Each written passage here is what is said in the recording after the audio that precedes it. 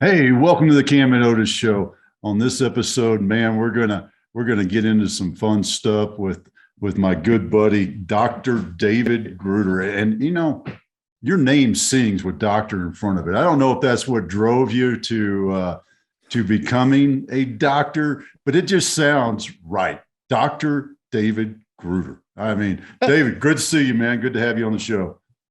Good to see you too. And that's a story in and of itself, but that's not why I got my doctorate. But I could tell you that story. Yeah, well, looking you up and just kind of following you and knowing you for a little bit now, I see a dichotomy, and this is a little bit of an Otisism, but I see an academic who loves to start entrepreneur ventures, start new things. And that, to me, that's a dichotomy. I have some friends who are academics, I have some friends who are entrepreneurs, and there's usually a line there.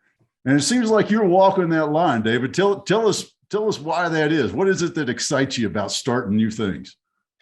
Right. Well, it's very interesting because I know that I'm viewed as an academic, and yet my career has been in entrepreneurship. I'm basically the entrepreneurial academic in a sense.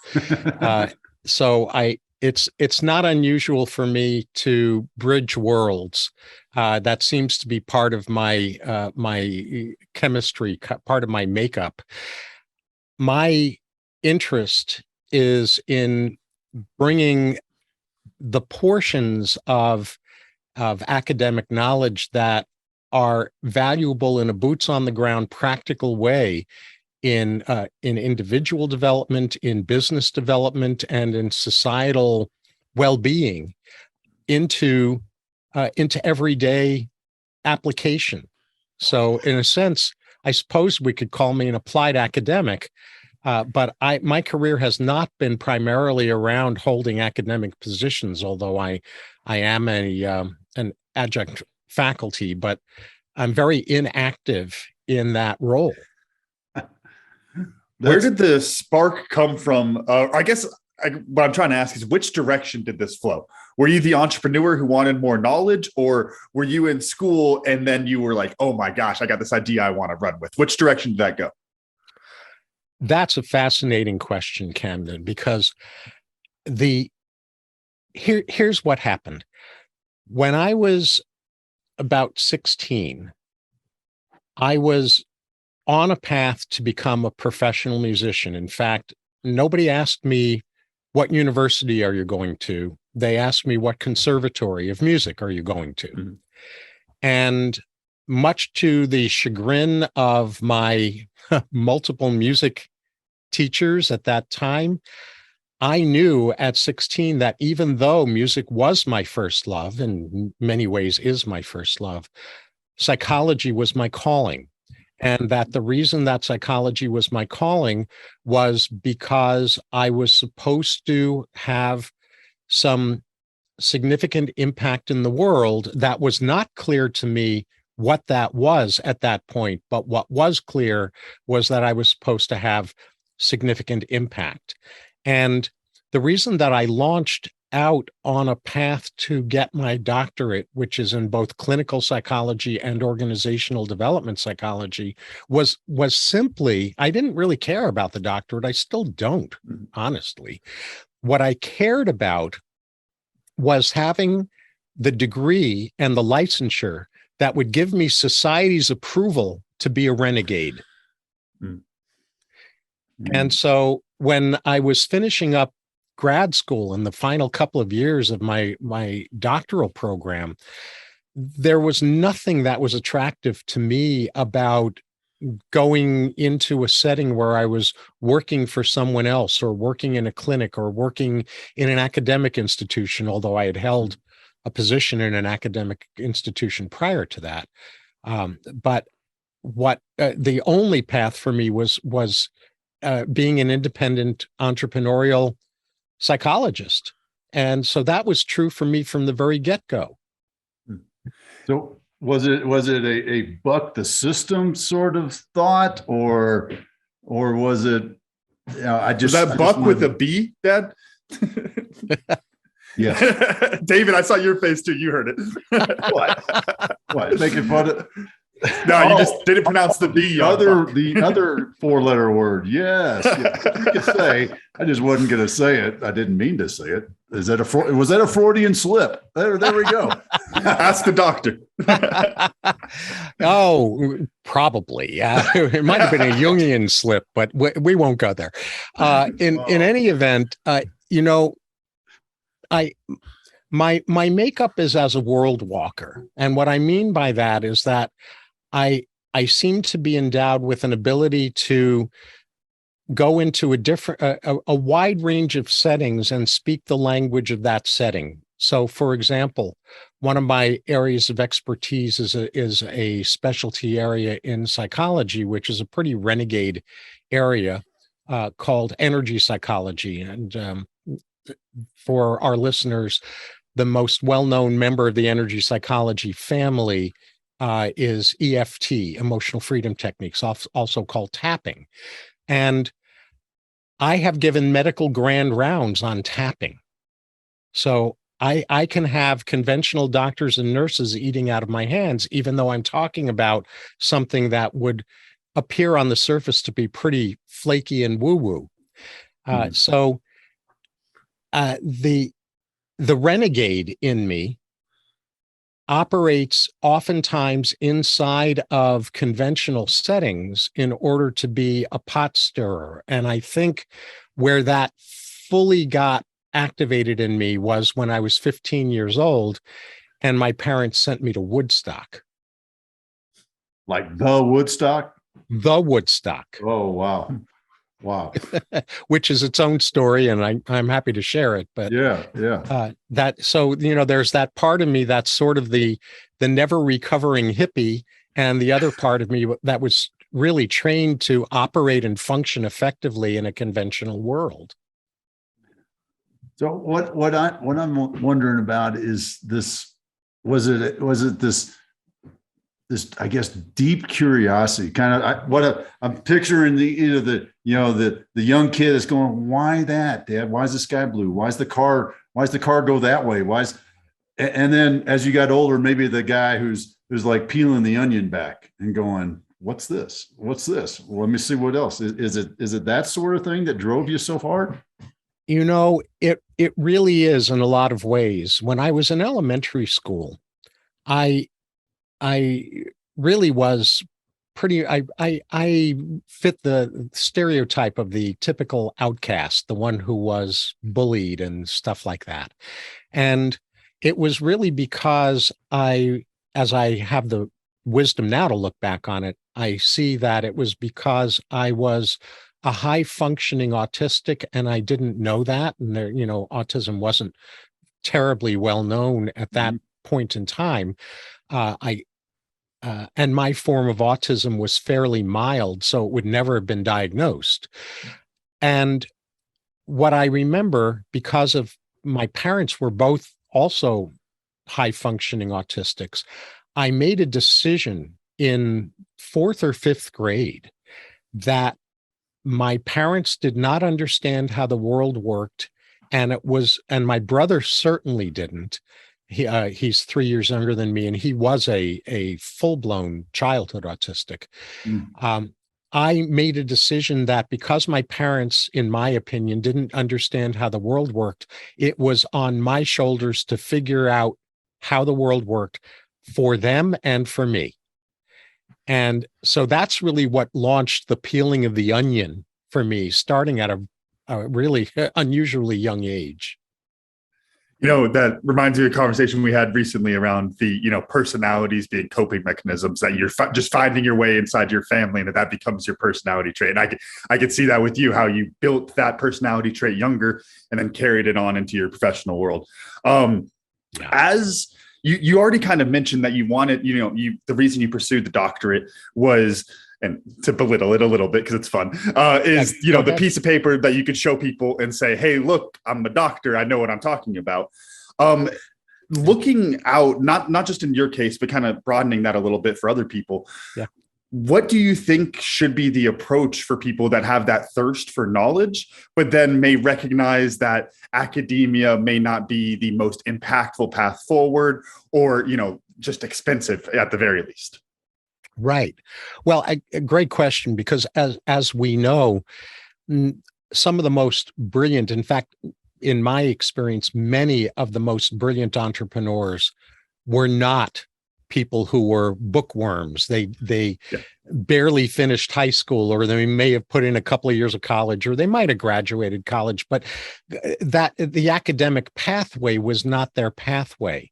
The innovation pathway and the business focus kind of pathway was their pathway. And so what I would say is that wisdom in this world is profoundly plentiful in virtually every single walk of life, and that it is absolutely not necessary to become an academic in order to get smart, or in order to get wise, or in order to be successful. I think what's really, really important is right matching. There are some people who, like me, and I didn't know this even when I was in high school, I only discovered this in college, were right matched for an academic route to success. There are other people who will flounder and get frustrated and bored, and it'll just feel irrelevant to them to take an academic route. And their pathway is much more through the working world, the business world, the non-academic world. How did people recognize that? That sounds like a really, what an amazing tool for, really anybody, but, particularly, and I'll get on a little bit of my soapbox as a former high school rugby coach, is all these young men who had been told their entire life that they got to go to college because that's the only way to be successful. And they go and they just flop in that first semester because it's not for them, right? They weren't right matched. And it just, and they would come back home literally and be labeled as failures. And it was just so sad to see for those young men to start life off like that at 18, 19 years old. So what's the easy, well, I don't want to say easy because, I'll steal it from Camden. I don't want to belittle it. But is there a way that folks could kind of like say A or B, and which one may work for me? Yes, I think there is. And I think the key to the and I agree with you, easy is not quite the right word, to the smoother path for each individual is follow your passion. One of the blessings that I got from my parents in growing up was that they were very supportive of me exploring whatever my passions happened to be within their limited means, because I didn't grow up in a wealthy family. But my parents had a huge emphasis and a huge passion on education in the broadest sense of the word, which, education comes from the Greek for educare, which means to bring forth from within. The educational system has kind of forgotten that, but that's a whole other story. What they meant by education was notice what you get intrigued by and plunge into it. And by continually doing that, you will discover your path. You'll discover what's right for you. And so when people are, like you were talking about, Otis, as a rugby coach, when these young men were being forced or pushed in a pathway to success, they were being treated in like a one-size-fits-all delusion. And what would have been wiser would have been for them to be passion matched. Like in my high school, we had kids who it seemed pretty clear were college bound, but we also had kids who were vocation bound, and they had their own programs that they got to participate in, which were hands-on, real world, learn a craft, learn a skill kinds of programs, and they weren't pushed in a college bound direction. So it's really about, I mean, there's an expression in Italian, segui il cuore, which means follow your heart. And I think that is the smoothest path to success. And I think one big piece of that a lot of people, kind of looking back, I might have missed out on, but a lot of people in that like high school age, transitioning age, is understanding the system that you're looking at as well. Because I know a lot of people who had the passion for what they went and studied, but they, like, kind of like you were saying, they don't fit into the system at all. They were going to get bored, even though they were studying something fascinating that they love. They would rather be at home reading the books at their own pace, doing those kind of things. How do you differentiate between the academic pathway versus the knowledge pursuit in that sense? Because to me, like a lot of people who want to follow their passions, there's this passion there. They want to read, get into all these type of things, but then jamming that passion into a system that's not right for them is going to, beat it out of them. Like a lot of people have their passions beat out of them in various levels of school. Yes. Unfortunately true. I think that the important distinction for people to be looking for and discovering inside themselves is whether they're intuitively or naturally or organically drawn toward skills development, hands-on experience, or if they're intuitively drawn to abstract academic knowledge. If the academic knowledge pathway is what calls to them most strongly as a first step toward, succeeding in the world, then that's a really important sign to go through some kind of academic training. If they're hands-on people, then it's not. I mean, I can tell you, can I tell you a quick story about that? Please. Yeah, please. Please do. So many decades ago, when I was working in the schools, actually, I was sent a student. I was in a really kind of privileged role in the sense that I was not a school psychologist in the sense of, school psychologists generally do a bunch of testing for placing kids in the proper program and stuff like that. I was actually doing organizational development in helping administrators become better administrators and faculty become better teachers. And I did counseling with students, not testing. So I had this student who came to me because his math teacher had said something to him that was absolutely devastating. The student had ambitions to become a pilot. He wanted to fly airplanes. And his math teacher said, you really suck at math. You might as well give up. Don't even bother trying to become a pilot. And he was absolutely devastated by that input. So he comes to me to try to sort that through. And in the process of starting to get to know him, I learned that he was a drummer. And so I asked him how he learned how to perform pieces. Was he reading the score? Was he reading notes, or how did he do it? And he said, no, I listened to the music a few times and I work it out on the drums. And so I immediately knew that he was a hands-on learner, not an academic learner. And so I pulled out a tool for hands-on learners to learn math, which is something called Cuisenaire rods. And that's kind of exotic. It doesn't really matter. But what does matter is that it's a tool for people who don't learn math in the usual ways that math is taught, to learn math in a hands-on, literally kinesthetic, hands-on manner. And suddenly, through doing that with him, he realized, oh my gosh, I can learn math. And the problem is not that I'm an idiot. The problem is my teacher doesn't know how to teach me. Mm-hmm. And that set him back on the path of his passion. He stopped believing the false belief that he was stupid. And so he was a great example of someone who can whose best learning pathway was hands-on, not abstract academic. Yeah. When you talk about other pathways for learning, talking about like hands-on, and honestly, this is one where I can't name many other pathways. I know they exist, and I'm, but not going to stress myself over that. What I'm thinking is looking forward and trying to patch these types of holes of, what is essentially a pipeline for people getting out into the real world and, being effective adults and participating members of society.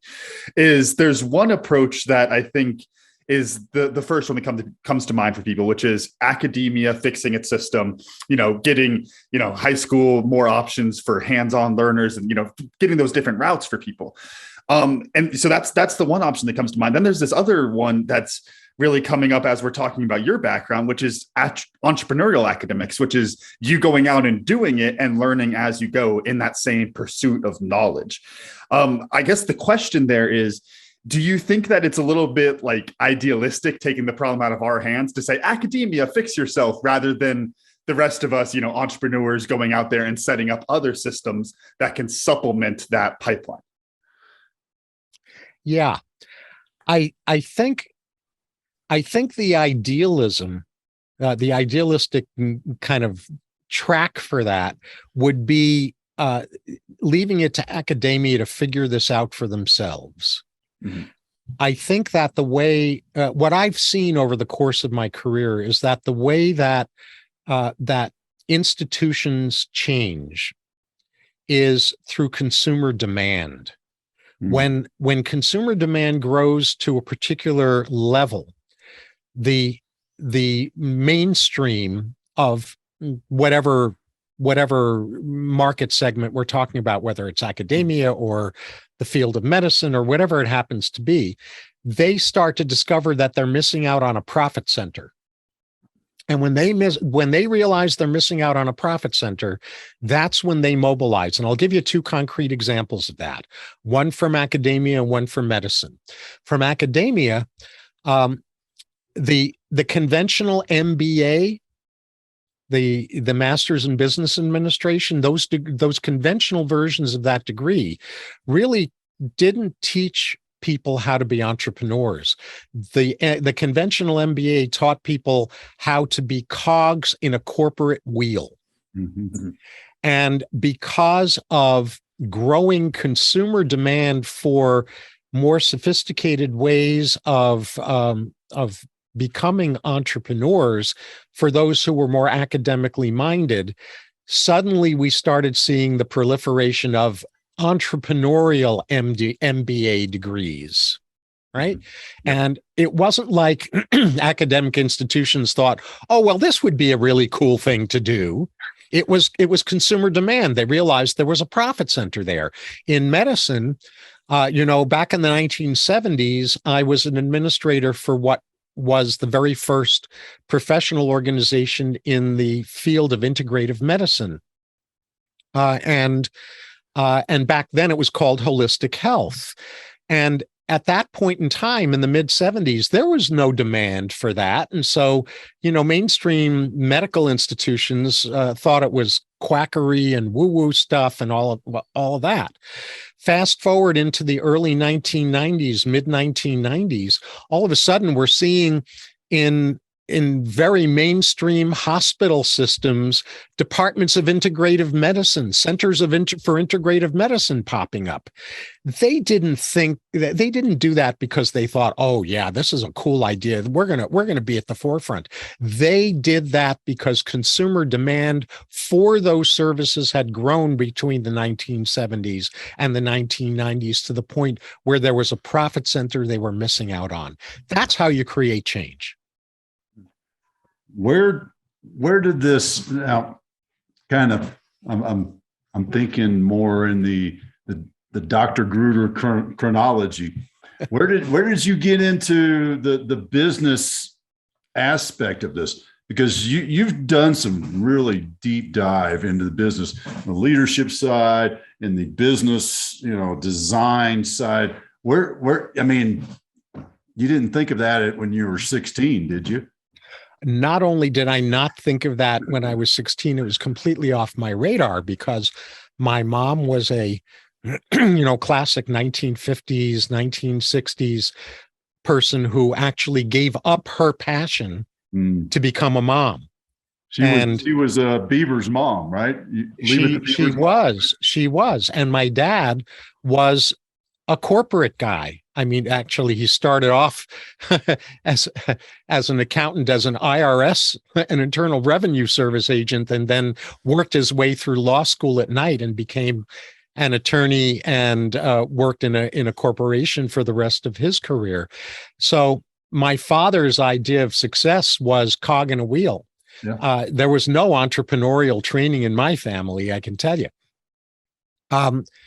It was purely seat of my pants intuition, because I realized that even though I did okay being employed in my teens and in my No, my computer didn't die, but my internet connection died. I don't know what happened. I'm on wired internet, so it's not a Wi-Fi issue.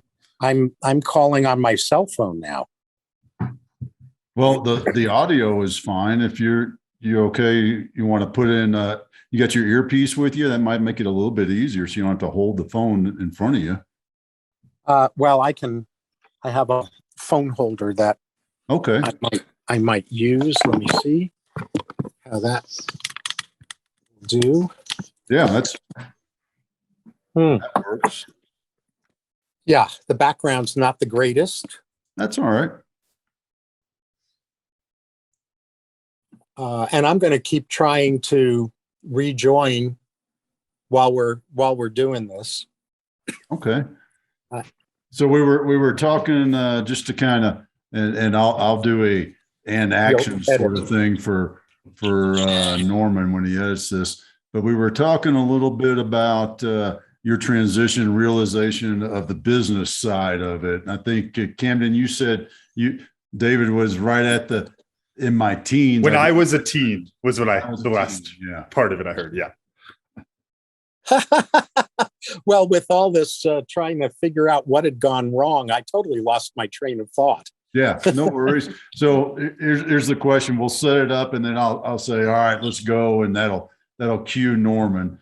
But it was you did all this stuff, kind of the internal, the personal thing, and then you shifted now to organizational development, organizational management, and leadership. So I'm kind of curious what was that path? And Norman, we'll start that right about now. Right. So what I was saying was that I did not grow up in an entrepreneurial family. And in grad school, we were kind of being trained as psychologists with the assumption that we were going to go into private practice as psychologists. And not everyone did, but that was kind of the spoken and unspoken expectation. And yet we weren't given any training at all in entrepreneurship. And I, for any psychologists who are listening to this, or academics who are listening to this, this is not a criticism, because it was all we could do. I mean, it was so time consuming to just learn our craft, to learn our trade. There was no energy or time left over to learn how to become an entrepreneur simultaneously. So there's no implied criticism here. There's just a what is, which is that here I was in the first half of the 1980s with my doctorate, having no training in entrepreneurship. And so in essence, after I got my doctorate, my education began. All I knew was that I needed to function and practice independently.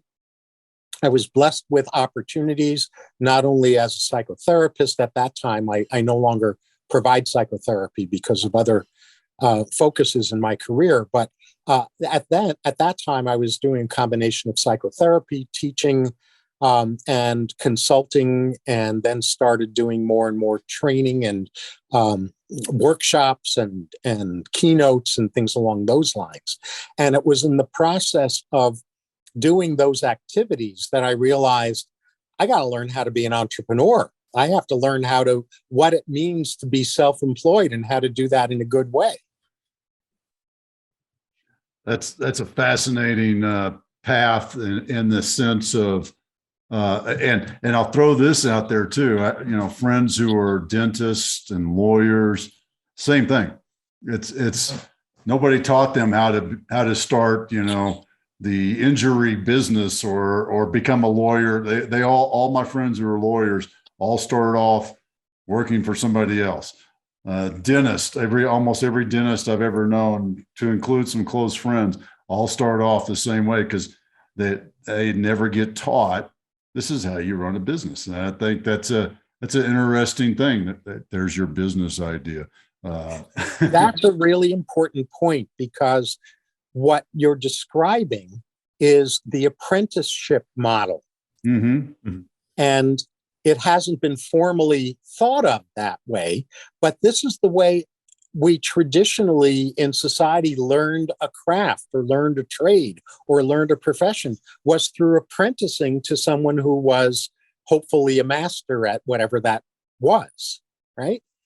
Right. And yet a lot of these, I've done a lot of consulting to professionals who have been in private practice, whether attorneys or accountants or healthcare professionals or psychotherapists or coaches, and they're functioning in a private practice, but they're doing it by the seat of their pants. They've got no clue about how to do it on purpose as an effective entrepreneur. It's got me thinking of, because even if you're not wanting to truly be an entrepreneur, of just like how impactful those lessons can be just for, those normal people, almost how I said it. But that when it's almost like you need, you talk about those like freshman, sophomore years of college, you do those gen eds and those type of things. It's almost like you need an entrepreneurship class, because I can think of so many people I've talked to who have zero interest in owning their own business, being an entrepreneur, doing any of those type of things. But I just explained to them the same kind of concepts of valuing yourself as your work, and just those little things of treating yourself like a business. And then how do you value yourself when you go into a job interview and those kind of things, and how impactful that can be it's almost like the real world training that people need to get out of school and be, adjust, because it's just, this is the way things work.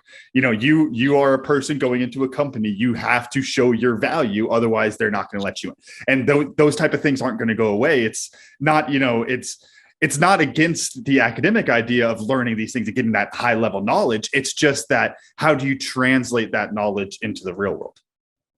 Yes, very, very much so. And actually you're bringing back another piece of the puzzle for me, which happened as an undergraduate, where I was thrust into a real world kind of circumstance in a couple of ways. But the one that I'm particularly thinking of was that as a student, I was appointed to the master planning committee for the university. So the university was going through this planning process for mapping out the next 50 or so years in its development, which is what master planning is building long range plans inside of which the near-term strategic plan ideally grows.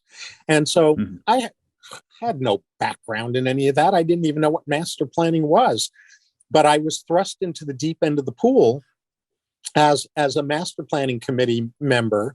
And I learned through apprenticeship how to do long-term planning for business development. In this case, it was the university's development, but it was the university as a business. It wasn't academic training.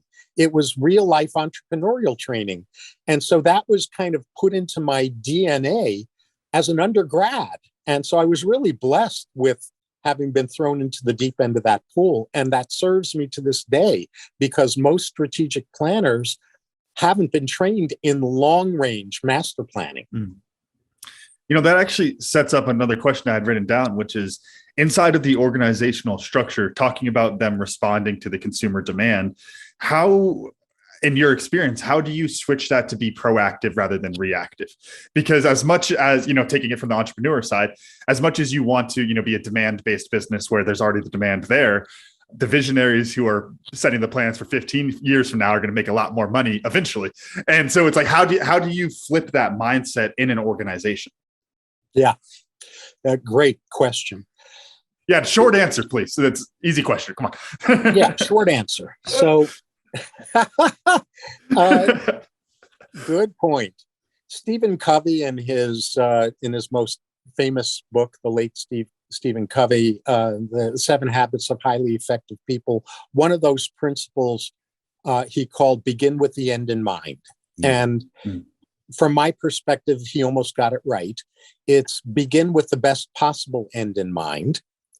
And so the way that translates into a business setting is envisioning at the front end what you think, what you believe. Now it's going to alter over time, but you got to have some kind of starting place. So getting your first vision of what you ideally want this business to look like when it's all grown up. And then you reverse engineer. So once you know what you ideally want it to be when it's all grown up, then you go back to the here and now and ask the question, where am I in that journey toward growing this business all the way up? And then you build a bridge from where you are toward where you would like it to be. And that is the master planning process, essentially. So that's kind of the short answer to how you do it. Businesses that don't start with that reverse engineering approach, they just simply throw spaghetti against the wall, do trial and error, and end up wondering why they're constantly in crisis mode rather than in proactive planning mode. And it's because they didn't start with a vision of what they wanted the business to be when it was all grown up. Oh, that's awesome. And without getting into that's the way we do it in the military too, and the whole way of translating it. But we do. What I'd love to dive into is what's that trend, because you've been doing these sort of things. You've been doing this a lot with executives. What's like a trend, like 5 out of 10 or whatever, that's what they're doing wrong, or that problem set that you just love to dive into? Yeah. Well, I can distill it down to a couple of things, especially in the current times, in the 2020s, which is that most of these executives have not been trained in how to be what I call upheaval literate. That's an interesting phrase, upheaval literate. Yeah, okay. Upheaval literacy is one of the key entrepreneurial skills and executive skills of our time, from my perspective. And these executives are just jumping from crisis to crisis simply because society and the economy are all in such a state of upheaval. And so when they're jumping from crisis to crisis, they're in reactivity mode. They're not in the mode of looking at what's going on and asking themselves the question, what opportunity does this open up for us? Rather than how do we stem the bleeding? How do we stop bleeding? And inside of that, the big dilemma that executives constantly are talking about is that it's really difficult for them to find competent personnel. The personnel may be technically trained in whatever it is that they're hiring them to fill a position for, but they aren't trained in what's often referred to as the soft skills. Mhm. And so what they've got is these employees who lack two key pieces that the executives were never taught how to train their employees in. One is tensions competence, and that is the ability to sit in the mystery of the unknown and not get seduced into either or black and white thinking, but instead to look for the common threads. What's the both and in this situation, rather than getting polarized or divisive in their thinking. I call that tensions competence. And then the other is impact literacy. And what that is that so many people that are in the workforce today, in the younger generations in particular, have no clue how to gauge the impact of their choices. And they've been trained in something that in psychology is called learned helplessness, meaning that they have absorbed a belief that nothing positive they do has any positive impact, and nothing negative they do has any negative impact. So they just do what they do, and if it falls short, well, kind of tough, I'm entitled to a raise anyhow because I've showed up. And this drives executives crazy. But the problem is that these executives have never been taught how to teach their employees impact literacy, how to assess cause and effect, how to be accountable, in ways that don't have nothing to do with punishment or shaming or guilt or manipulation, but simply having to do with taking responsibility for the impacts that the choices we make about how we utilize our life energy have on those to whom we've made commitments. I know I just said a mouthful there, but this is what the vast majority of executives are dealing with: is they don't know how to deal with upheavals in a proactive way, and they don't know how to teach their employees the missing soft skills that their employees need in order to collaborate effectively, be highly engaged, and flourish in a volatile, polarized, divisive culture. You hit on something that just reminded me. So I remember when my dad was still, dad is a retired rocket scientist, so a doctorate and all that sort of stuff. But I remember him telling me 20, 25 years ago, at least, complaining about that exact same thing. The guys coming out of college were great with the tools. They could do the math, they could do the higher level math and design, but they couldn't take their thoughts and put it into a concise statement. And I remember Dad, just because Dad old school, a few years before you, but 4 years of literature and English and all that sort of stuff as he's becoming an engineer. And I just remember, so that's it. That's a problem that obviously hasn't been fixed yet. If you're still identifying it with today's executives, where these guys that I'm hiring are technically competent, but they cannot do maybe it's critical thinking. Would you call it critical thinking, David?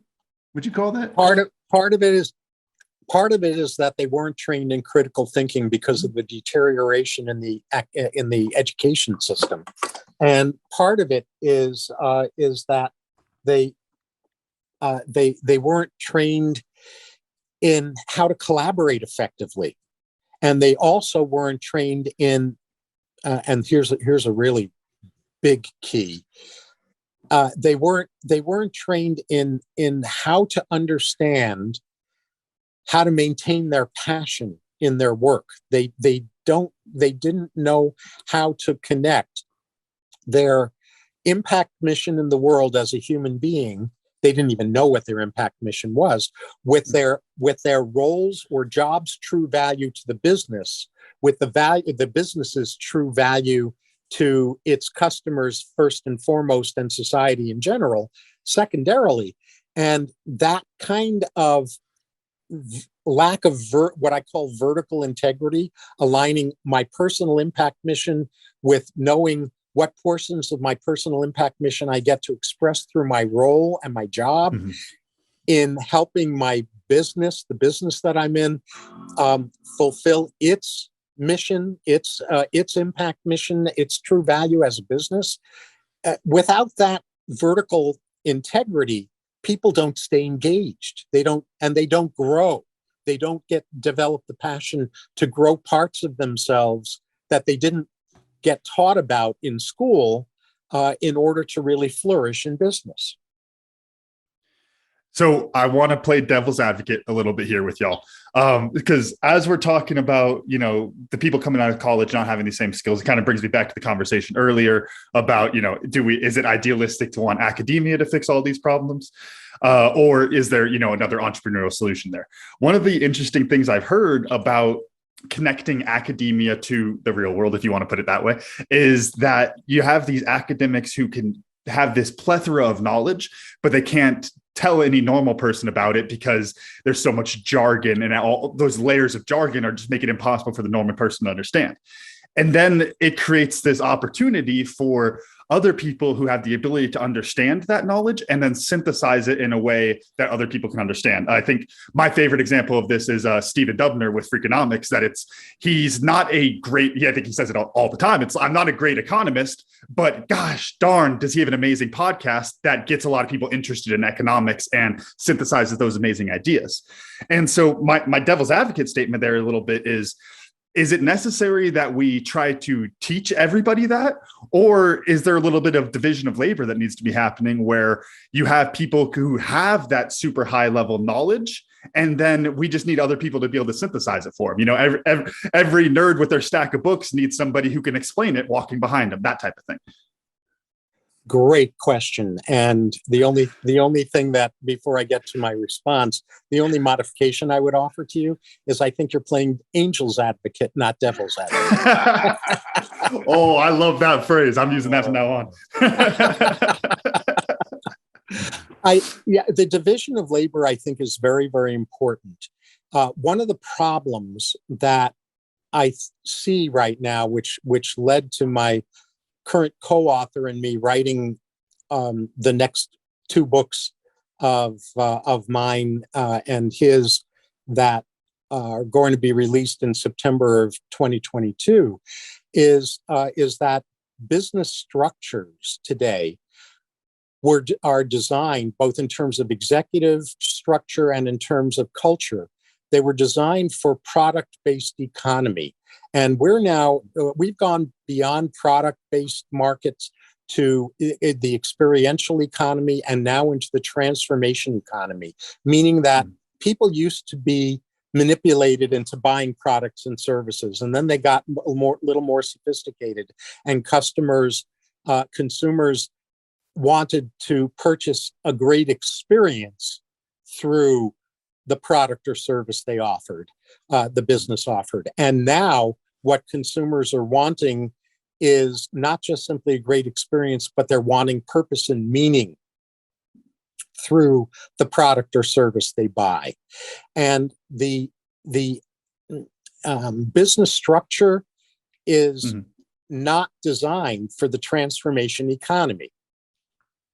So this is a long way around of getting to your question, but I wanted to give that backdrop so that my response makes sense, which is that we need to divide the executive suite into the strategic executives and the tactical executives. So strategists aren't tacticians, and they shouldn't be saddled with having to figure out how to implement the strategy. Strategists should develop the strategy. And tacticians shouldn't be saddled with having to figure out strategy, because their strength is the how, not the why and the what. And then the implementers do not need to be either strategists or tacticians. They need to be boots on the ground. How are we going to get it done, people? And when you've got people in the right seat on the bus, where you've got the strategist in a strategist role, you've got the tactical tactics selection executives in the tactical role and the implementers in the implementation role, then you have a real life solution to the dilemma you were just describing. That's great. And I'm gonna put a plug in for my veteran brothers out there, because they understand that. They understand that, you know, at this level of my life, my career, what I'm doing, my job is just to do it. And then at this level, the next level up, my job is to kind of maneuver that. And then, and by the way, the military, for those of you who don't know, the military has a strategy school that guys go to for 6-9 months. I did not go to that school, but where they are, that is their gig. They are strategists. They're the guys who are thinking about that big picture, little hand sort of thing of, we're going to do some operations over here, we're going to do some business over here, and that level. So that is a great point. I mean, that's one of the ways that you know, our military, the U.S. military, has been so successful. Well, we won't go down that rabbit hole either. But no, it's a great point. And one of the things that I was blessed with when I was just before my 21st birthday, I was hired by the president of the university I was going to as an undergrad to be his administrative assistant.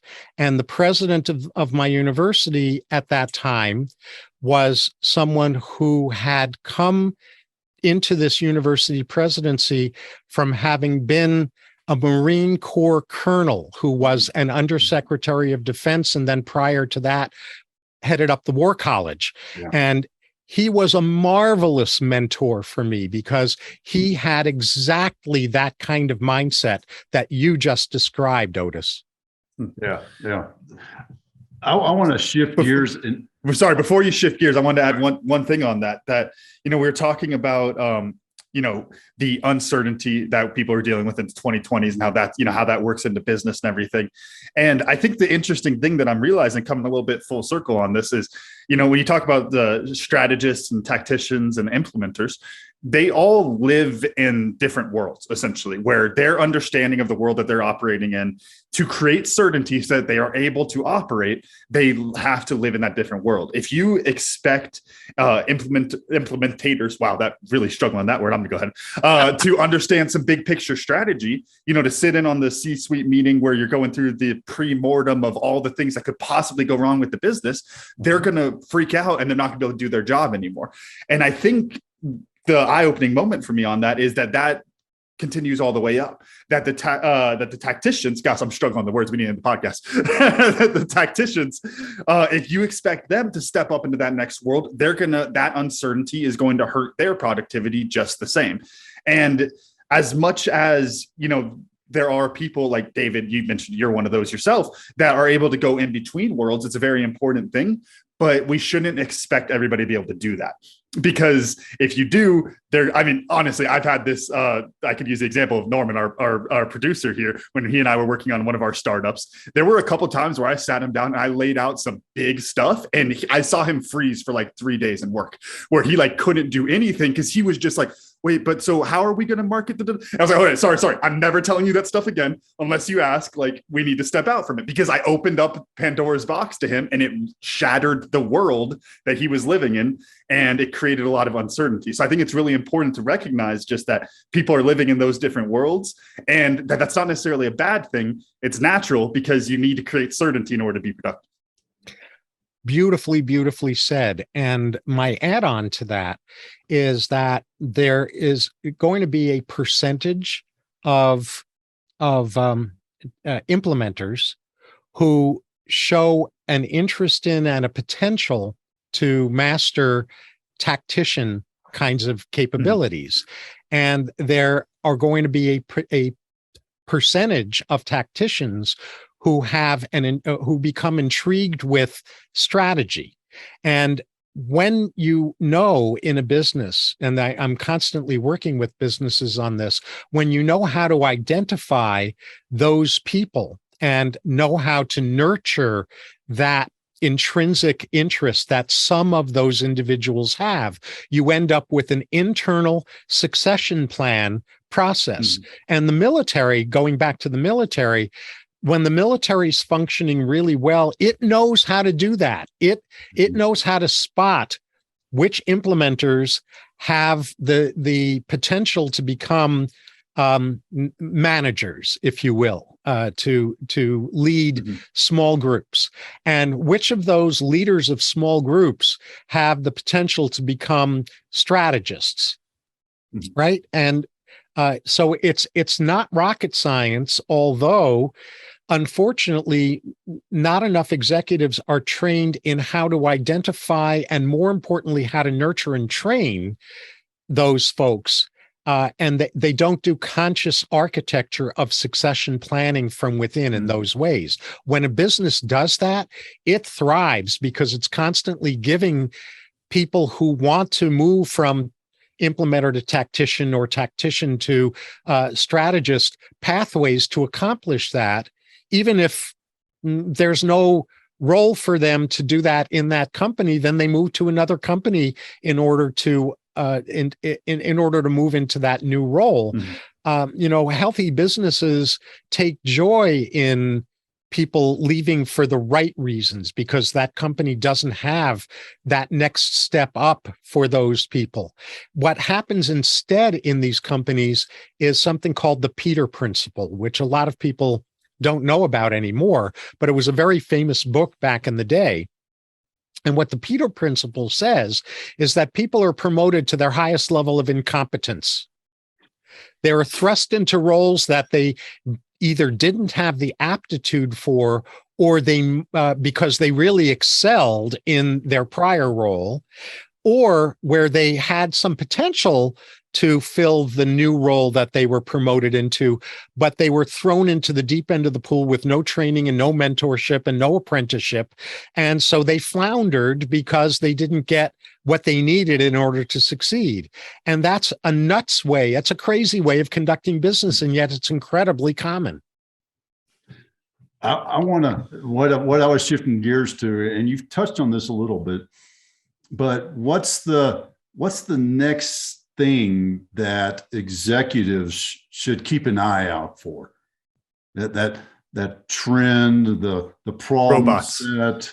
Yeah, robots. What is that next thing, David? Because you've been doing this. You've got a great vision for what's going on. What do you think's next?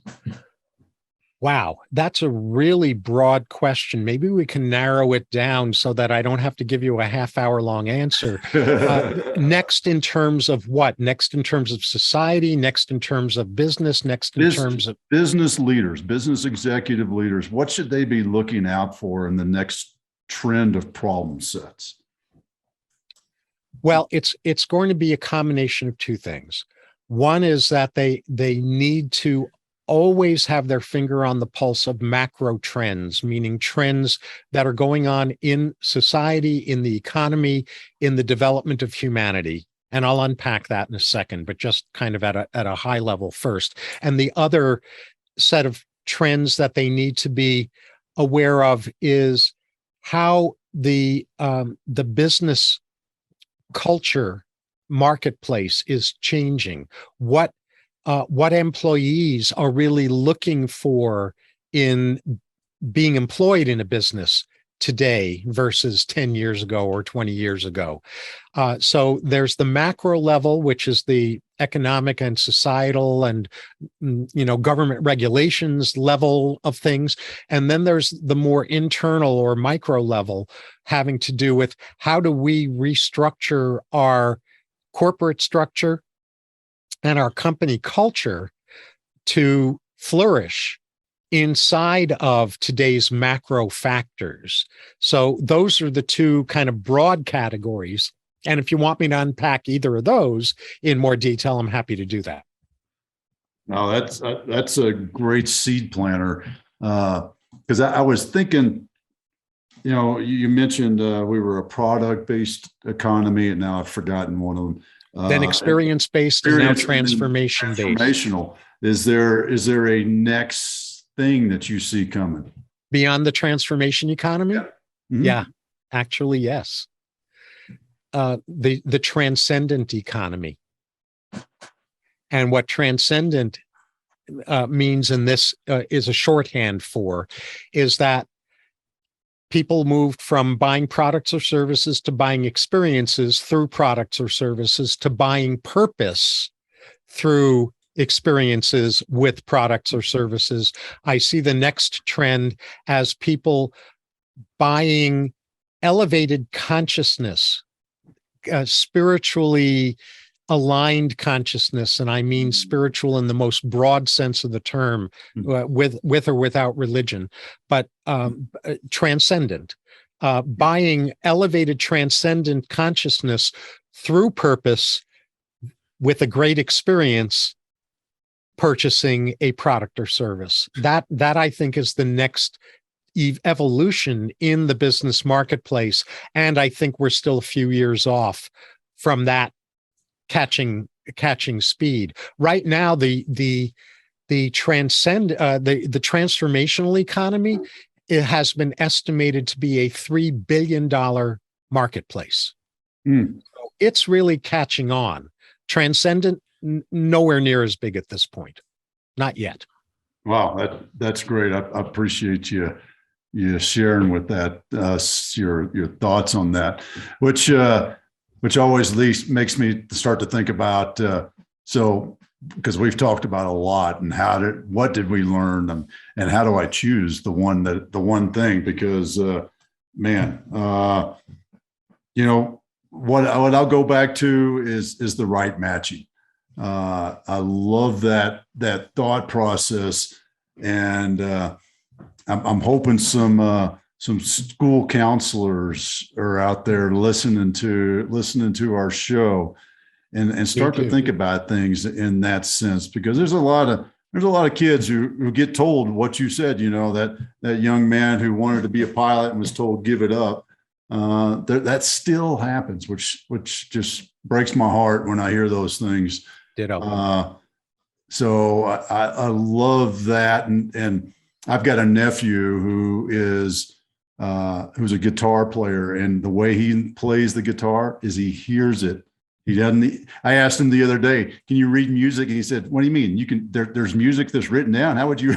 And he's a good guitar player too. All in that, by hand learning. So I've got to call him and just check on him and see where he's going with that, because that's great insights to that. So I appreciate that. Camden, how about you? What'd you learn? I was gonna say that's that nephew. That's Bobby Ray Vaughan. That's what I call him.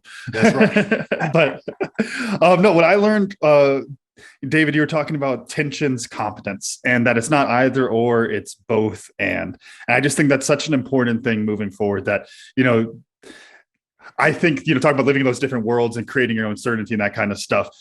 The world is going to be so full of uncertainty that's never going to change. And you just have to be able to live inside of that. You have to figure out what world inside of those three that you want to live in, so that you can create some uncertainty in your life. And the big takeaway on the both, and I think about this a lot, that if you see someone else's idea, and this tends to fall into political spectrum things just because it's easy to paint that example, but if you see somebody across the aisle that has a different idea about solving a problem than you do, take it with take this with a grain of salt. But they're probably just as right as you are, and you're probably just as wrong as they are, because you're probably both looking at about half the problem. And if you start to approach problems that way, you not only get more comfortable inside of that uncertainty, but then also you're going to find a lot better solutions in the long term. Beautifully said. Awesome. David, how about you? What'd you learn?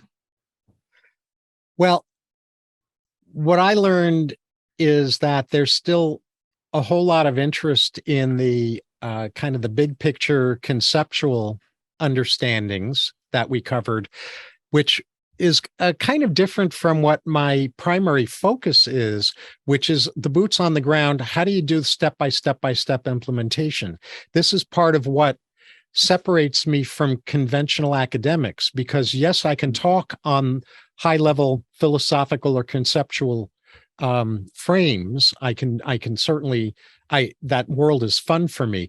But where my passion is translating the concepts we were talking about today, all of the concepts we were talking about today, into step by step procedures for walking the talk, for implementing the solution, rather than talking endlessly about, these high level concepts and never getting to the boots on the ground level. And that's really what differentiates me from academics. That's awesome.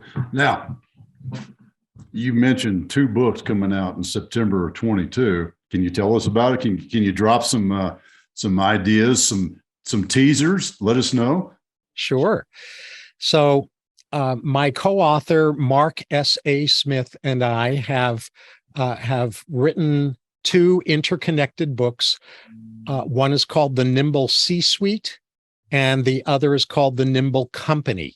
And the Nimble C-Suite is on how to restructure the executive suite into 2 suites, into an S suite, which is the strategic suite, and the T suite, which is the tactical suite, so that these executives can really flourish inside of their sweet spot, whether it's strategic or it's tactical, rather than getting everybody all confused with trying to turn one into the other.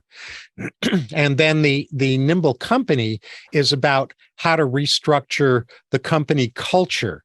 And both of these interwoven books are specifically for businesses that want to flourish in the transformational economy as socially responsible businesses. It's not for the businesses that are still functioning in the product-based economy. It's for the transformational economy businesses who have already recognized that the traditional way of structuring the executive team and the culture doesn't work for a transformation economy-based business, but they don't know what a framework is to replace that with. And we unpack at great detail how to restructure companies that want to take that journey. Oh, I'm excited because I love both those subject areas. That's, as you can imagine, just from talking today. So I'll be keeping my ear out for the release party for that one, David. I'm looking forward to it. How can people follow you, get in touch with you, learn more about what you got going on next? Sure. A couple of ways. If you want to know what my futurist vision is about how to move into an elevated future as a species and as nations, go to revisioninghumanity.com, which you see in the upper corner of my background. If you want to learn about the range of things I offer as a business person, go to drgruder.com. That's drgruder.com. And if you want to be thinking more about the transition from transformation-based thinking into transcendent-based thinking, then go ahead and listen to the podcast that my wife Lori and I do, which is called The One Thing. And you can get to that directly through drgruder.com/TOT, T-O-T, which is the abbreviation for The One Thing podcast. That's awesome. I'm glad you explained TOT because I wouldn't have gotten it. and of course, I'm on all the social networks as well. Oh, that's awesome, David. And I appreciate the great insight that you shared with us today and your thoughts. It's this is exciting, man. I've been sitting here thinking this whole time, thinking, all right, I get to listen. Sorry, folks, but I get to listen to this again before you even get it the first time. Just saying, privilege. But this has been amazing, David. I really appreciate your time, man. My pleasure. And also what I probably should mention is that even as we're recording this, the Nimble C-Suite and the Nimble Company are available for pre-sale on Amazon, and they will be available in print version, Kindle, digital version, and audiobook version. That's great. I'm glad you said that. So now we can get on the list. Awesome, man. Well, again, thank you very much for your time. Camden, run us out. All right. Thank y'all for listening to the Cam and Otis Show, and a special thanks to our guest, Dr. David Gruder, for joining us today. And of course, our sponsor, Tribe and Purpose. Find your tribe, find your purpose. Get started for free today at findyourpurpose.coach. Make sure to follow the Cam and Otis Show on Instagram and Facebook, and please rate, review, and subscribe on Apple Podcasts, Spotify, wherever you're listening. Videos of the podcast are always available on our YouTube page, and you can always get a full archive of our episodes at thecamandotisshow.buzzsprout.com. Thanks again, and we'll see y'all next time.